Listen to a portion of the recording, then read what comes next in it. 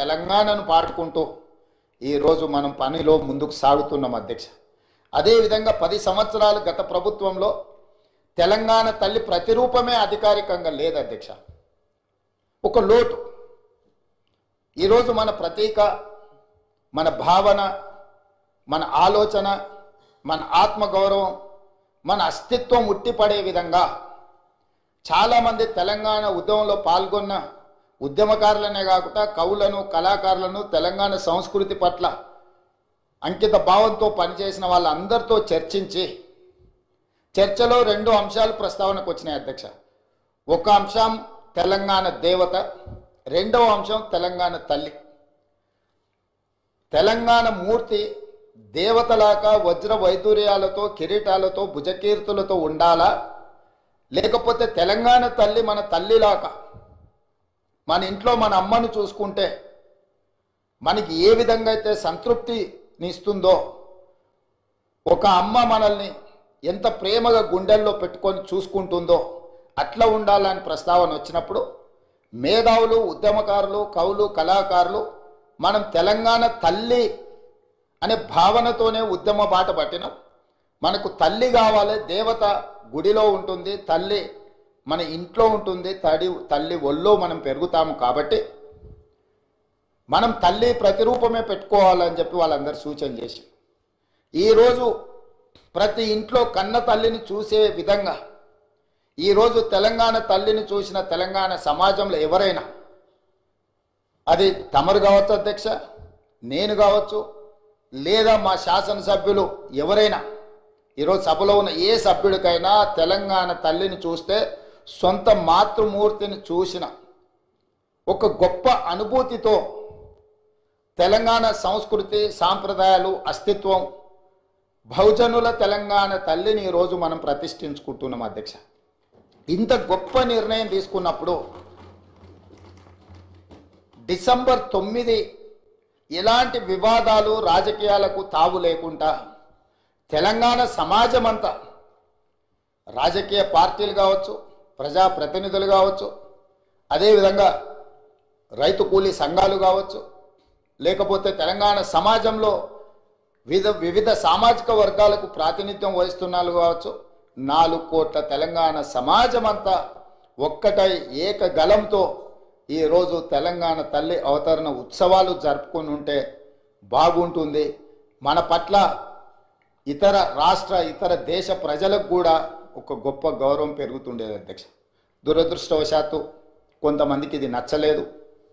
ఒక వ్యక్తి, ఒక కుటుంబము, ఒక పార్టీ ఆలోచననే 4 కోట్ల తెలంగాణ ప్రజలన్న ఆలోచన, భావన సమంజసం కాదు. మధ్య యుగాలలో చక్రవర్తులు నేనే రాజ్యం, రాజ్యమే నేననే భావనలో, భ్రాంతిలో ఉండేవాళ్ళు అధ్యక్ష. మధ్య యుగాల చక్రవర్తుల యొక్క ఆలోచనతో ప్రజాస్వామ్యంలో ప్రజాప్రభుత్వం నడవదు అధ్యక్ష. 4 కోట్ల ప్రజలు ఏం కోరుకుంటున్నారో, వాళ్ళ ఆలోచన ఏందో, ఆ ఆలోచనలకు ప్రతిరూపమే ఈనాటి ప్రజాప్రభుత్వం. అందుకే ఈరోజు ఈ రాష్ట్రాన్ని పరిపాలించే సచివాలయం పరిపాలనకు గుండెకాయ. ఆ గుండెల్లోనే తెలంగాణ తల్లిని ఉండాలి, ప్రతిష్ఠించాలి అని ప్రభుత్వం భావించి ఈరోజు సాయంత్రం 6:05 తెలంగాణ మాతృమూర్తిని, తెలంగాణ తల్లిని మనం ఆవిష్కరించుకోబోతున్నాము. ఈ సందర్భంగా నేను సహచర శాసనసభ్యులకు, తెలంగాణ ప్రజానికానికి, ప్రతిపక్షాలు కావచ్చు, పాలకపక్షం కావచ్చు, ఇతర రాజకీయ పక్షాలకు తమరి ద్వారా నేను సాదరంగా ఆహ్వానం పలుకుతున్నా. నిజంగా ఇవాళ తెలంగాణ తల్లి కన్నీళ్లు పెట్టేటటువంటి రోజు.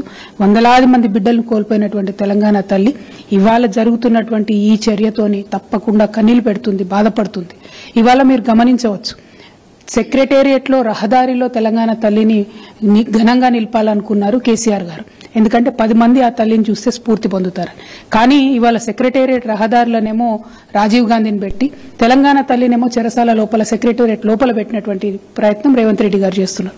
ఒకవేళ ఒక సామాన్య మహిళ తెలంగాణ తల్లికి 2 పువ్వులు పెడదాం అనుకుంటే పోనిస్తారా సెక్రటేరియట్ లోపలికి? అంటే రాజీవ్ గాంధీ ఏమో రహదారిలో ఉండాలా, తెలంగాణ తల్లి ఏమో చెరసాలలో ఉండాలి. ఇది ఈ ప్రభుత్వం చేస్తున్నటువంటి ప్రయత్నం. ఇక మూడవది, కేసీఆర్ గారు పెట్టినటువంటి తెలంగాణ తల్లి ప్రభుత్వం వచ్చినాక పెట్టింది కాదు, అధికారంలో ఉన్నప్పుడు పెట్టినట్టు కాదు. కేసీఆర్ మీద కోపంతో ఆఖరికి తెలంగాణ తల్లిని కూడా ఇవాళ మార్చే ప్రయత్నం ఏదైతే చేస్తున్నాడో చరిత్ర క్షమించదు. ఇట్లాంటి మూర్ఖపు పనులు ఎవరు చేసినా తప్పకుండా దానికి ప్రజల ఆమోదం ఉండదు, ప్రజల నుంచి చీత్కారం తప్ప ఏనాటికైనా కూడా వ్యతిరేక భావన తప్ప ఏనాటికి కూడా వీటికి ఆమోదం లభించదు. కాబట్టి ఆ ప్రయత్నం ఇప్పటికైనా విఘ్నతతో విరమించుకోవాలని చెప్పి ప్రభుత్వానికి విజ్ఞప్తి చేస్తున్నాం. ఒకవేళ వాళ్ళక ఔన్నత్యం కానీ ఒకవేళ వాళ్ళక పెద్ద బుద్ధి కానీ లేకపోతే ఒకటి మాత్రం పక్క, మళ్ళీ 4 ఏళ్ల తర్వాత ఆ సెక్రటేరియట్లో తప్పకుండా జరగాల్సిన కార్యక్రమం జరుగుతుంది. నువ్వు ఎన్ని కథలు పడ్డా ఎన్ని కార్యక్రమాలు చేసినా తప్పకుండా మళ్ళీ తిరిగి తెలంగాణ తల్లే తన సరైన స్థానంలో ఉంటుంది. ఇలా నువ్వు రాహుల్ గాంధీ తండ్రిని ఎక్కడైతే పెట్టినావో అక్కడ ఖచ్చితంగా తెలంగాణ తల్లి నిటారుగా నిలబడుతుంది, నిన్ను చూస్తూనే ఉంటుందని చెప్పే మాట కూడా ముఖ్యమంత్రికి నేను చెప్తా ఉన్నాను. నిరుద్యోగుల రెక్కల కష్టంతో రేవంత్ రెడ్డి గద్దెనెక్కింది. వీళ్ళు ఏం చేసింది ఆ రోజు? రాహుల్ గాంధీ, రేవంత్ రెడ్డి అశోక్ నగర్ సెంట్రల్ లైబ్రరీకి పోయి నిరుద్యోగులతో మీటింగ్ పెట్టి నమ్మించి మొదటి సంవత్సరంలోనే 2 లక్షల ప్రభుత్వ ఉద్యోగాలు ఇస్తామని, ఉద్యోగం దొరికేదాకా 4,000 భృతి ఇస్తామని, పిల్లలకు పోటీ పరీక్షలకు ఫీజు లేకుండా చేస్తామని వాళ్ళను నమ్మించి వాళ్లకు బస్సులు ఇచ్చి ఊర్లల్లో తిప్పి తల్లిదండ్రుల కాళ్ళు మొక్కిచ్చి నిరుద్యోగుల రెక్కల కష్టం మీద గద్దెనెక్కిండు రేవంత్ రెడ్డి. కానీ అధికారంలోకి రాగానే ఆ నిరుద్యోగుల డొక్కల గుద్దిండు, నిరుద్యోగుల రెక్కలు విరిచిండు రేవంత్ రెడ్డి. ఒక్కటన్నా అమలు చేసినావా? పోటీ పరీక్షలకు ఫీజు లేకుండా చేస్తా అన్నావు, కానీ ముక్కు వింటి ఫీజు వసూలు చేసినావు. 2 లక్షల ఉద్యోగాలు ఇస్తా అన్నావు. నీ ఏడాది పాలనలో నువ్వు ఉద్యోగాలకు ఇచ్చిన నోటిఫికేషన్ 12,000, నువ్వు ఇచ్చిన ఉద్యోగాలు 6,000. మిగతాయన్నీ కేసీఆర్ గారి ప్రభుత్వ హయాంలోనే నోటిఫికేషన్ ఇచ్చి పరీక్ష పెట్టి ఫలితాలు ఇచ్చి వాటికి మాత్రం కేవలం అపాయింట్మెంట్ ఆర్డర్ మాత్రమే ఇచ్చి నీ ఖాతాలో వేసుకునే ప్రయత్నం చేస్తున్నావు. ఏవి 2 లక్షల ఉద్యోగాలు అని అడుగుతా ఉన్నా. స్వయంగా ప్రియాంక గాంధీతో చెప్పించినావు 4,000 భృతి ఇస్తా అని చెప్పి. ఏది నీ 4,000 నిరుద్యోగ భృతి అని అడుగుతా ఉన్నాం. నిరుద్యోగులకు ఇచ్చిన ఏ ఒక్క హామీ కూడా అమలు చేయని పార్టీ కాంగ్రెస్ పార్టీ. ఆ రోజు ఫ్రంట్ పేజ్లో యాడ్లు ఇచ్చిండ్రు, జాబ్ క్యాలెండర్ వేస్తామని. అసెంబ్లీలో ఒక జాబ్ క్యాలెండర్ ఇచ్చారు, మీరు కూడా చూశారు. ఆ రోజు ఏం లేదు, అది జాబ్లెస్ క్యాలెండర్. అది జాబ్ క్యాలెండర్ కాదు, జాబ్లెస్ క్యాలెండర్ రేవంత్ రెడ్డి గారు ప్రకటించింది. ఆ జాబ్లెస్ క్యాలెండర్ని చూసి నిరుద్యోగులంతా కూడా నివ్వరబోయిన పరిస్థితి. ఆ రోజు మేము లేచి ఇదేం జాబ్ క్యాలెండర్, మాకు మైక్ ఇవ్వండి అంటే సభను వాయిదా వేసుకొని పారిపోయిండ్రు తప్ప కనీసం శాసనసభలో మైక్ కూడా ఇవ్వలేదు. ఈ జాబ్ క్యాలెండర్ ఎట్లుందంటే రాజుగారి దేవత వస్త్రాల వలె ఉంది. ఒక కాంగ్రెస్ వాళ్ళకే జాబులు కనబడుతున్నాయి తప్ప నిరుద్యోగులకు కనబడతలేవు, రాష్ట్ర ప్రజలకు ఆ జాబులు మాత్రం కనబడతలేవు. ఇక డిఎస్సి గ్రూప్ 2 వాయిదా వేయమంటే నిరుద్యోగుల మీద లాఠీలు ప్రయోగించిండు. సరస్వతి నిలయమైన చిక్కడపల్లి సెంట్రల్ లైబ్రరీ, అశోక్ నగర్ ప్రాంతాలు నిరుద్యోగుల ఆక్రందనలతో దద్దరిల్లిపోయినటువంటి పరిస్థితి. చాలా చాలా ఘోరాలు జరిగినాయి. అందువల్ల వాళ్ళ ఏడలో కూడా చాలా విముఖత ఉంది తెలంగాణ ప్రజలలో. ముఖ్యంగా 2-3 అంశాలు. ఒకటి ఏంటంటే గోదావరిని ఎత్తుకొని పోతా అంటాడు ఆయన. రాష్ట్ర ప్రభుత్వానికి పంపించిండు. NWD అని ఉంటుంది, నేషనల్ వాటర్ డెవలప్మెంట్ ఏజెన్సీ అని ఉంటుంది. దాని ద్వారా 3 రాష్ట్రాలకు పంపినాడు. మహారాష్ట్ర, కర్ణాటక, తెలంగాణ, ఆంధ్ర 4 రాష్ట్రాలకు పంపినాడు. మీ అభిప్రాయాలు చెప్పండి, మీరు చెప్పకుండా కానీ మేము ముందుకెళ్ళిపోతాం అని అంత దురుసుగా పంపినాడు. మరి తెలంగాణ రాష్ట్రానికి 2 తెలుగు రాష్ట్రాలకు కూడా ఉన్న ఒకే ఒక వనరు గోదావరి. కృష్ణ అప్పుడప్పుడు కష్టపెడుతుంది మనను, నీళ్ళు రావు, అప్పుడప్పుడు కొన్ని సంవత్సరాలు ఎండిపోతుంది. సర్ప్లస్ వాటర్ వచ్చే నది ఒక గోదావరి. నేను ముఖ్యమంత్రి ఉండే టైంలో ఈ ప్రతిపాదన చేస్తే నా తల ఏమైనా సరే నేను నువ్వేం చేసుకుంటావో చేసుకో, we don't agree to this అని చెప్పినాం. వై అని అడిగిండ్రు. ఎందుకు ఒప్పుకోవు? నేను చెప్పిన మా తెలుగు రాష్ట్రాల యొక్క వాటా ముందు తేల్చు, ఆ వాటా కేటాయించు అధికారికంగా, దెన్ సర్ప్లస్ ఉంటే ఆలోచిద్దాం.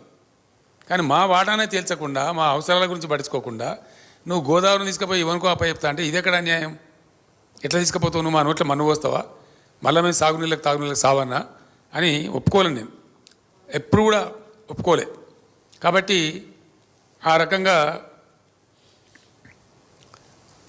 ఇలా తీసుకొని పోతా అంటాడు ఆయన. వీళ్ళని ఏం చేసింది, కేఆర్ఎంబి నేనున్నప్పటి నుంచే ఉంది. వాడు నేనున్నప్పుడు కూడా మా మీద పెత్తనం చెలాయించే ప్రయత్నం చేసింది. నేను చెప్పిన shut up, be there in your limits అని చెప్పిన నేను. వాడి మా మీద పెత్తనం కర్ర పెత్తనం చేయబోతే నేను చెప్పిన నోను, you are only a coordinator between 2 states, నువ్వు మాకంటే you are not above us, be in your limits అని చెప్పినాం కేఆర్ఎంబికి. కానీ వీళ్ళేమో ఈ దద్దనగాలు తీసుకుపోయి వాళ్ళకి అప్పచెప్పినారు. నాగార్జున సార్ కట్ట మీద పోలేని స్థితి తెచ్చినారు ఈరోజు. మనం పోలేం, ఇప్పుడు ఎవరం పోలేం. మొన్న ఆంధ్ర తేలిపాడు నుంచి నీళ్ళు తరలించుకొని పోతున్నా కూడా మాట్లాడిన పరిస్థితి లేదు. వీళ్ళు తీసుకొని పోయినారు, వాళ్ళు 4 TMCలు నీళ్ళు తీసుకొని పోయినారు. ఆ విధంగా ఈ గోదావరిని కూడా ఎత్తుకొని పోతానని అంటున్నారు Narendra Modi.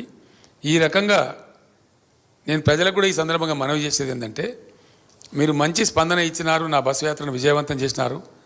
I'm very grateful. నేను చాలా ధన్యవాదం తెలుపుతున్న ప్రజలందరికీ. నాకు అంత మంచి వెల్కమ్ చెప్పినందుకు, ఆవేశపూరితమైనటువంటి స్వాగతం చెప్పినందుకు, బ్రహ్మాండమైన స్పందన ఇచ్చినందుకు, నన్ను కలిసి మీ బాధలు తెలియజేసినందుకు నేను మీ అందరికీ కృతజ్ఞతలు తెలుపుతా ఉన్నా. ఒక్కటే మాట మీకు మనవి చేస్తూ ఉన్నా, ఆనాడు తెలంగాణ ఉద్యమం నేను ప్రారంభించినాడు ఎవరికి నమ్మకం కూడా లేదు. తెలంగాణ వస్తుంది అనే నమ్మకం ఎవరికి లేకుండే. కానీ 14 ఏళ్ళు అద్భుతంగా నేను పురోగమించి చాలా బ్రహ్మాండంగా తెలంగాణ రాష్ట్రం తెచ్చి మీకు అప్పచెప్పిన విషయం మీకు తెలుసు. ఆ తర్వాత 10 ఏళ్ళు ఒక పూల పొదరిల్లు లాగా దీన్ని ఒకటి అన్ని వర్గాల ప్రజలను కూడా ఒక సమభావంతో చూస్తూ, అన్ని మతాల వారిని, అన్ని కులాల వారిని అందరినీ గౌరవిస్తూ ఒక మంచి నీట్గా ఉండే తెలంగాణను తయారు చేసి పర్ క్యాపిటా పెంచినాను, GSDP పెంచినాను, మౌలిక సమస్యలు తీర్చినాను, శాశ్వతంగా దరిద్రాలు పోగొట్టే దళిత బంధు లాంటి పరిస్థితులు కూడా తీసుకొచ్చినాము. ఈ విధంగా తెచ్చినాం. ఈరోజు అనుకోకుండా మన జరిగిన ఎన్నికల్లో స్వల్ప ఓట్ల తేడాతో బీఆర్ఎస్ ఓడిపోయింది. పర్వాలేదు, ప్రజలు ఏ పాత్ర ఇస్తే ప్రజల తీర్పు మాకు శిరోధార్యం. ఏ పాత్ర ఇస్తే ఆ పాత్ర పోషించాల్సిందే.